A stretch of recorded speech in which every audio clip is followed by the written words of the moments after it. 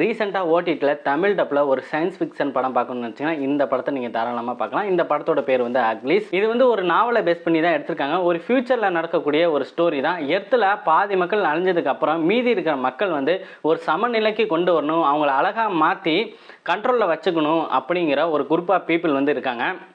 இங்கே இருக்க மக்கள்லாம் பார்த்தீங்கன்னா 16 வயசு கம்ப்ளீட் பண்ணதுக்கு அப்புறம் அவங்களுக்கு ஒரு சர்ஜரி பண்ணி ரொம்ப அழகாக மாற்றி ஒரு சிட்டிக்குள்ளே வந்து வாழ வைக்கிறாங்க. ஹீரோயின் டாலி வந்து நம்ம அழகாக மாற போகிறோம் அப்படின்னு ஒரு மிகப்பெரிய ஒரு எதிர்பார்ப்பில் இருக்காங்க. 16 வயசும் கம்ப்ளீட் ஆகுது.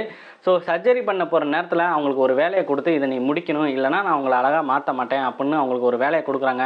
அப்படி அது என்ன வேலை, இந்த படத்தில் அப்படி என்ன நடக்குதுந்தாங்க இந்த படத்தோட ஸ்டோரி. ஒரு விசுவலுக்காக இந்த படத்தை நீங்கள் பார்க்கணும்னு நினச்சிங்கன்னா தாராளமாக இந்த படத்தை பார்க்கலாம். விஎஃப்எஸ், சிஜிஏ ஒர்க்கு, ஃபைட் சீன்னா ரொம்ப நல்லா தான் பண்ணியிருக்காங்க.